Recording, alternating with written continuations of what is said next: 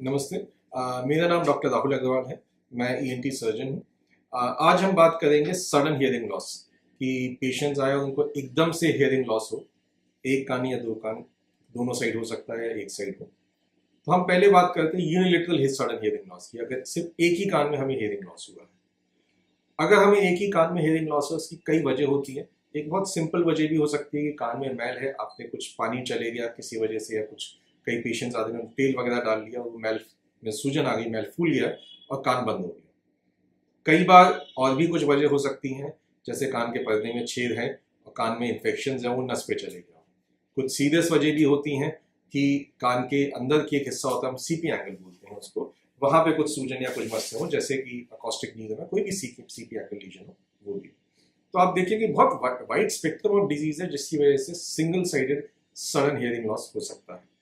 और बहुत सी ऐसी वजह हैं जो हम कहेंगे हमें मिलेंगी ही नहीं, हम कितनी भी इन्वेस्टिगेट कर ले, हो सकता है हमें कोई वजह भी ना मिले।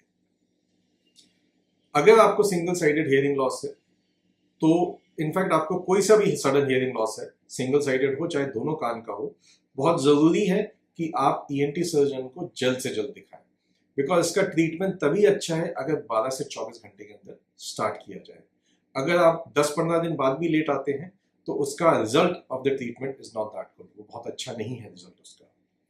तो अगर जो हम सिंगल साइडेड की जैसे हम बात कर रहे थे, तो इसकी कई हमने देखा है, कई वाइड स्पेक्ट्रम ऑफ डिजीज है जिसकी वजह से हो सकता है। तो आप जब अपने ईएनटी सर्जन के पास जाएंगे तो वो देखेंगे कि उसकी वजह क्या है। हो सकता है आपको एक एमआरआई के लिए भी बोला जाए, अगर आपका कान पूरा नॉर्मल आता है तो एक एमआरआई के लिए भी बोला जाए, उसके अकॉर्डिंग उसका ट्रीटमेंट चलेगा। अगर ये बाइलेटरल है, मींस दोनों कान में सडन ऑनसेट है, एक तो बिकॉज दोनों कान में है तो कई बार पेशेंट उसके जल्दी आ भी जाता है, लेकिन इसमें बहुत ज्यादा वजह नहीं मिलती है। मोस्ट ऑफ द केसेस में हम कितना भी इन्वेस्टिगेट करें, कोई वजह मिलने की उम्मीद कम होती है। मोस्टली कोई वायरल ओरिजिन या कई दवाइयों से या कोई इन्फेक्शन से होता है। अगेन बहुत जरूरी है, जैसा भी हमने सुना कि बहुत जरूरी है कि अगर सडन ऑनसेट है तो जल्द से जल्द आप अपने ईएनटी सर्जन के पास जाएं 12 से 24 घंटे के अंदर। बिकॉज इसके इलाज का रिजल्ट तभी अच्छा है जब ये जल्दी किया जाए। अगर वही इलाज हम लेट करते हैं तो उसका रिजल्ट उतना अच्छा नहीं है। हम जो बायलेटरल की बात कर रहे थे, अगेन बायलेटरल में अगर हम बेसिक इन्वेस्टिगेशंस किए जाते हैं, जो इन्वेस्टिगेशन स्टार्टिंग पॉइंट इज ऑडिमेट्री, कि ऑडिमेट्री से एक बेसिक पता चलता है किस तरीके का हियरिंग लॉस है, कंडक्टिव या सेंसरी नीडल हियरिंग लॉस है। ऑडिमेट्री के बारे में हमने ऑडिमेट्री के वीडियो में देखा कि किस तरीके से किया जाता है, कैसे उसका इंटरप्रिटेशन होता है।